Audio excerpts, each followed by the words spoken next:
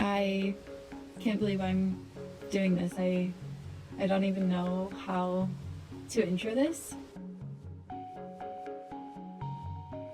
Yesterday it was a very sunny day, and I thought this was going to be a very beautiful background. And today it is quite gloomy, and I'm a bit cold, so I'm gonna have to get through this quickly. It's been a while. I even wrote an essay about how I'm done vlogging. I had this moment a couple of years ago while I was filming where I said, when you are having these experiences, you need to be in the present moment. That is the thing about social media. We're not living life. We're living through a screen. I realized that that was what I was doing when I was vlogging. So I stopped, and the last time I made a video was the end of 2023, and now it's the end of 2025, and I hope that this video will catch you up a little bit on where I've been. I didn't really want to talk about it, but I feel like it's important backstory to understand.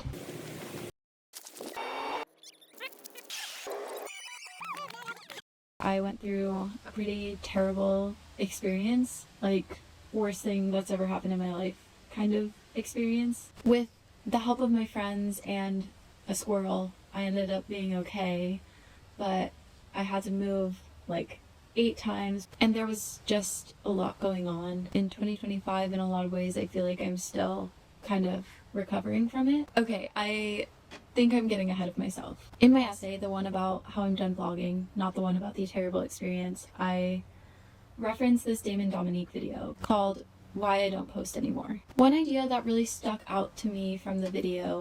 You know when you have nothing to say? Yeah, that's not the time to be on social media. After I made my last video, I felt like I had run out of things to say.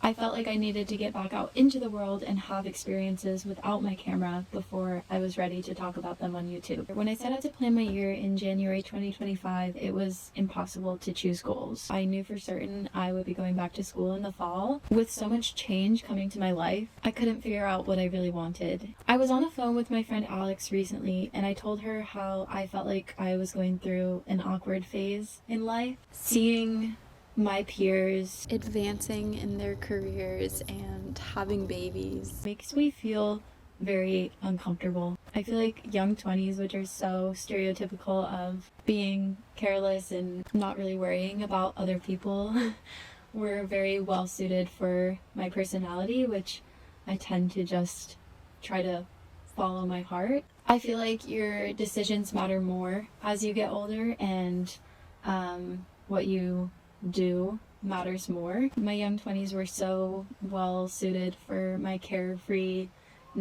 Previously, I was following my heart. Now I feel so much more pressure to make decisions and to make the right decisions. I've been looking back a lot on my old YouTube videos recently because I've been longing for this younger version of myself and her outlook on life. Everyone told me it would happen eventually. Everyone said, oh, it's just because you're young. It's just because you're 23 years old. Like, one day you're gonna become cynical and pessimistic too. And I would lose my sparkle eventually. After I lost my job in 2023, I felt a certain amount of pressure to fix my life and to do things a certain way. I felt like I was running out of time to set myself up for the career that I wanted, which is probably not true, but that's how it felt at the time, and ended up taking a job that I genuinely didn't want, but I thought that it would help me get to where I wanted to be eventually. And this terrible experience that I went through last year was particularly impactful because I felt like I had finally gotten my life back on track. And no matter how hard I tried, I was always failing. I was always messing things up. Something was always going wrong. But in a way, I guess that made me realize, why would I keep living life in this way that I'm supposed to be if everything could just fall apart anyway? Why would I not just do what I wanted? Because you could still be perfect and something can and will still go wrong. A younger version of myself was so driven to follow her heart, and not really worry what that meant to everybody else. By the beginning of this year, I had gotten so tired of living my life for someone else, for some admissions committee who doesn't know me. So I decided to do what any rational person would do, quit my job and go to Australia. I had gotten confused about what I really wanted in life, and dealing with some challenging things, I hadn't really had time to even think about it. It's not lost on me how lucky I am that I had this moment to pause. I hope this series shows that a year of exploration doesn't require travel or escape. It can start with listening to yourself and making small changes. I wanted to find that carefree version of myself again. And so I deemed this year my year of exploration, and I set goals not around specific accomplishments, but around the theme of trying and experiencing as much as possible. And now I have been working on a series of YouTube videos to share what I have learned. The series starts with my decision to quit my job and travel. And really, what happens now is about leaving behind a place that you love, because I was pretty certain that once I left Denver, I wouldn't be coming back. I have been wanting to try the routines of different successful people for a while now. I thought that this would be perfect for my theme of the year of exploration, to see if I could learn anything new that I wanted to incorporate into my own routine. I wanted to try the routine of a scientist, an athlete, and an artist, as I feel like these are the different facets of my life. So I started with Georgia O'Keeffe and did her daily routine for a video. And the videos of the famous scientist routine and the famous athlete routine will also be coming soon.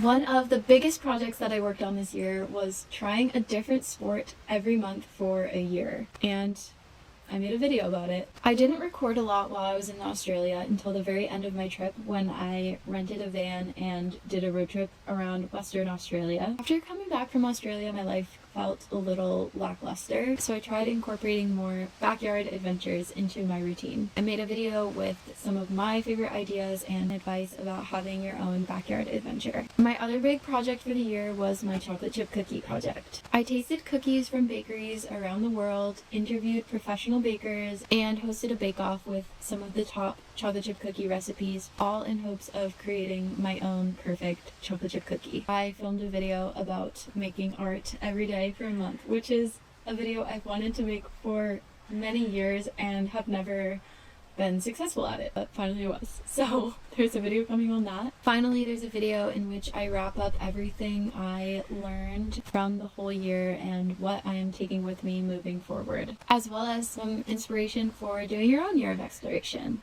And it's going to be a lot of work getting these all edited and uploaded, so I'm gonna go, and I hope to see you guys in the next video.